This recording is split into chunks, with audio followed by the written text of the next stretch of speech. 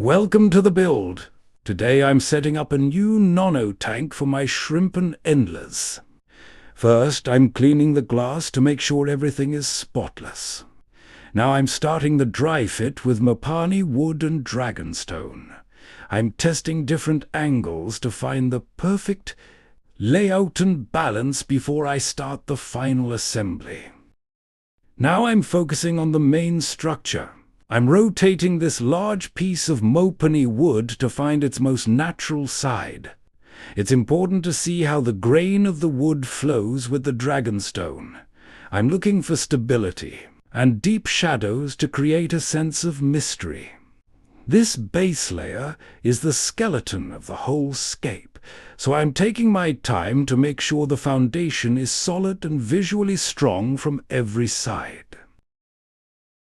At this stage, I'm adding a few more large pieces of dragonstone around the base. I'm placing them strategically to support the wood and lock everything into place. This completes the primary phase of the hardscape. By using these bulkier stones, I'm creating a powerful foundation that gives the entire layout a natural and balanced look before we move on to the finer details.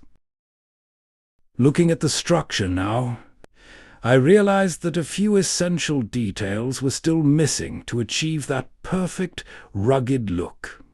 I'm adding 3 more stones to enhance the flow and make the transitions feel more organic. My creative process is purely intuitive. I never start a build with a pre-made plan or a fixed sketch in mind. I believe that the best scapes are born in the moment. I simply place the first piece of Mopani wood or dragonstone, and from there I let my hands and my eyes guide the way. Each new element is a response to the last one, allowing the landscape to reveal itself naturally as I work.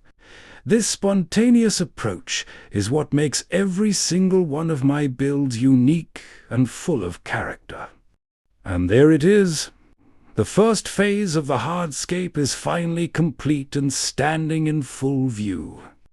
You can see how the heavy dragonstones and the Mopani wood have merged into a solid, powerful foundation. The raw texture and the balance look exactly as I imagined. This is the skeleton of our world, ready for the next level of detail. To lock everything in place, I'm using ICO's Terra filters and superglue. I wedge the filters into the joints and soak them with glue for an instant permanent bond. This ensures the scape is rock solid and safe. To hide the white filters and glue marks, I'm using crushed dragonstone and fine dust. I carefully sprinkle the fragments over the joints and apply more superglue to lock them in. This masking technique is essential for a clean look, as it makes the connections invisible and blends the wood and stone into one seamless, natural formation. Now it's time to bring the riverbed to life. I'm starting with a base of fine JBL river sand, carefully banking it to create depth. On top, I'm layering Dianol Rio Xingu gravel to add texture and a more natural feel. To finish the look, I'm strategically placing small, crushed pieces of dragonstone around the base.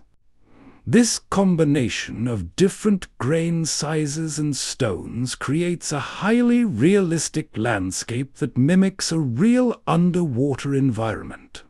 Finally, I'm adding some beautiful epiphytic plants to bring the scene to life.